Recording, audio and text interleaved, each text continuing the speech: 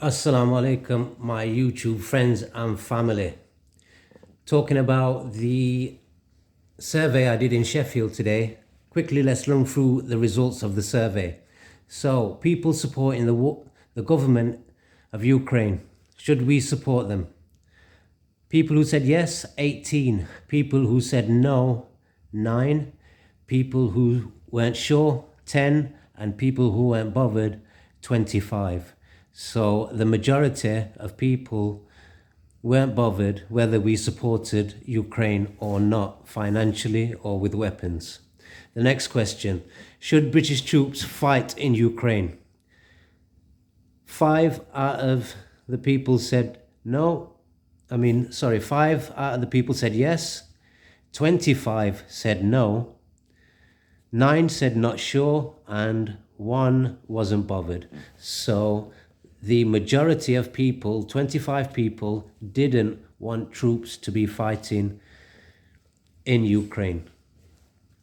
And the third question was, do you agree with the clean air zone?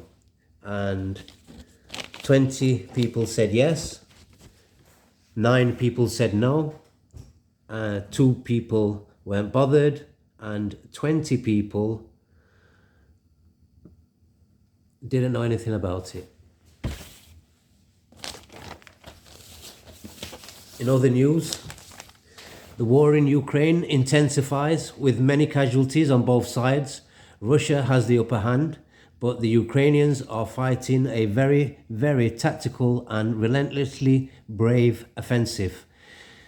Russia claims the areas it's fighting and defeats the Ukrainians, not confirming or receding and putting up a very strong fight.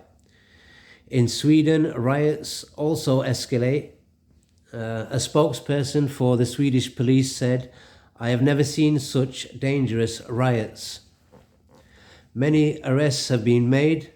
Police have been injured as well as rioters. The cause of the riots was a despicable far-right fascist failed political group whose leader I will not name because I don't want to say the dog's name. However, he came from Denmark. He was on a tour and he's been imprisoned before in Denmark for racism for 6 months in the year 2020. The demonstration by the Nazi group was accompanied by police with consent from Swedish authorities. So we have this situation in Sweden instigated by mindless racists, allowed by the Swedish government. I have contacted my local MP, Mr. Shafkat Mohammed, who is a Liberal Democrat leader for Sheffield, and I've asked him to do all that he can do and that is in his power about this situation. So the clean air zone, hot topic in Sheffield.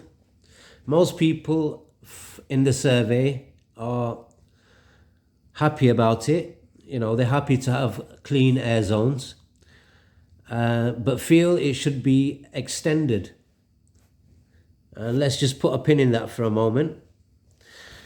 The other third of the survey were passionately against it and had many good, valid points to make before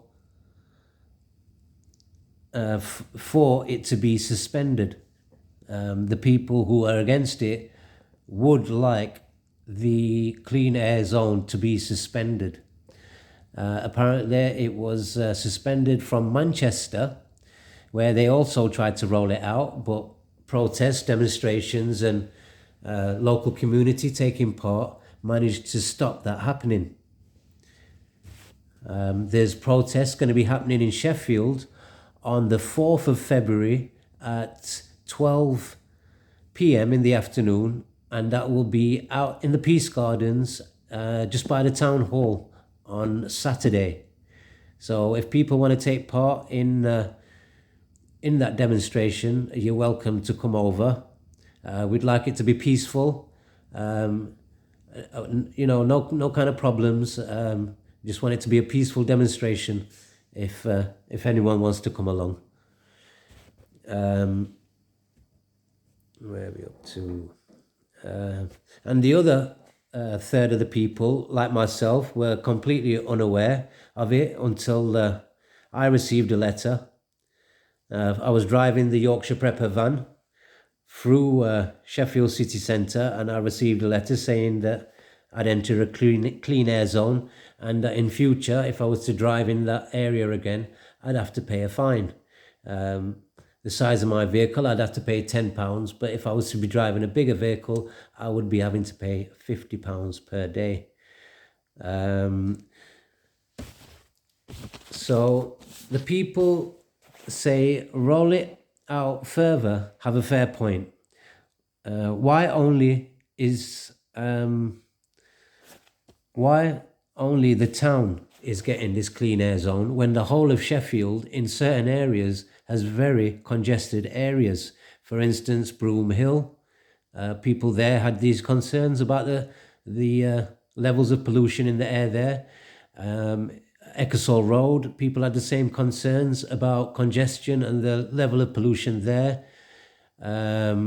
Abbeydale, people were happy to talk about these kind of things, but there was more business owners that had a problem with it. Every single business owner that I met wasn't happy about it, and just about every other person that wasn't a business owner or used a bike or had some other sort of conveyance to and from work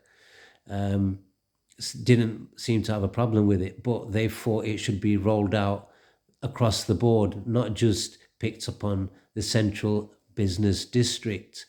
I think that is out of order. These guys in the central business district are already paying higher taxes, higher service charges. They pay higher everything just by being in the city centre, and now they have to pay again just to be in the city centre. A person made a valid point that what if the wind changed direction? What would happen to the clean air zone then? Where would it be? Would it be in Abbeydale? Would it be in Pittsmore? Would it be in Hunters Bar, West Bar? Where would it be if the wind changes, So is it a good idea to have this clean air zone? I just want to mention quickly that subscribers of my channel are getting free cycling, delivery, pickup, collection around Sheffield. So it's a cost of living crisis right now, and I'm trying to give something back to the community, and that is this free delivery service. So as well as prepping news, readiness news, things that you can do to be ready for hard times, what are coming ahead of us, what we're being told, what are going to come ahead of us, just being ready for that. If they come, we'll be prepared. If they don't come, then, what the hell, at least we didn't, we could have been in a tight spot, and we won't be in one. Best to be prepared, eh?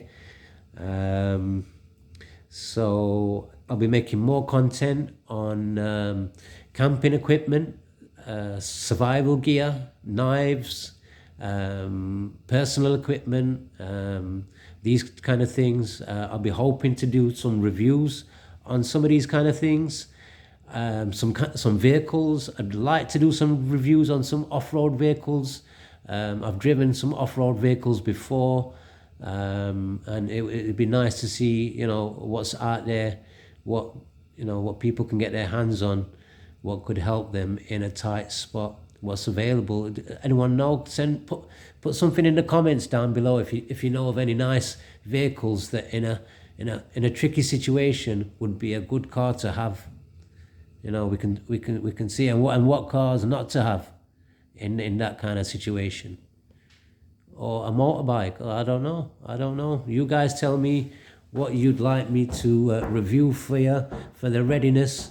Generators, maybe radiators. My mum asked me to check out which electric heater would be good to use, and I think that's a really, really good one at these times now, with gas prices being so high. Gas prices are, astronomical, to the moon. In the past 2 weeks, I've been out twice to put gas on my mum's gas card. Now, that's not because we don't like topping it up, but we've been used to topping up 50 quid a time. Looks like them days are gone. I'm going to have to be doing 100 quid a time, because I come home and my mum was warming herself up with an iron. I've never seen that before. And I seen somebody sat in a car keeping warm. The times have come. The hard times are here, people. Let's be ready for them. So I'll be doing these reviews with blackouts on their way. I'll be doing reviews on generators, rigging up a generator to your house, ways to keep warm. If anyone has any ideas, if anyone wants to give away anything to other people to help them keep warm, that's what this channel's all about. Donations, you can let me know of the items you have via Facebook. I am now on Instagram. I'm also on YouTube. So, there's lots of ways you can contact me. Very easy to get hold of my details. I've got an advert on Gumtree as well. So if you see an advert for free cycling, free delivery in Sheffield on Gumtree, that's me. That's the Yorkshire Prepper. And I'm happy to help anyone in Sheffield with that service. Yorkshire Prepper out.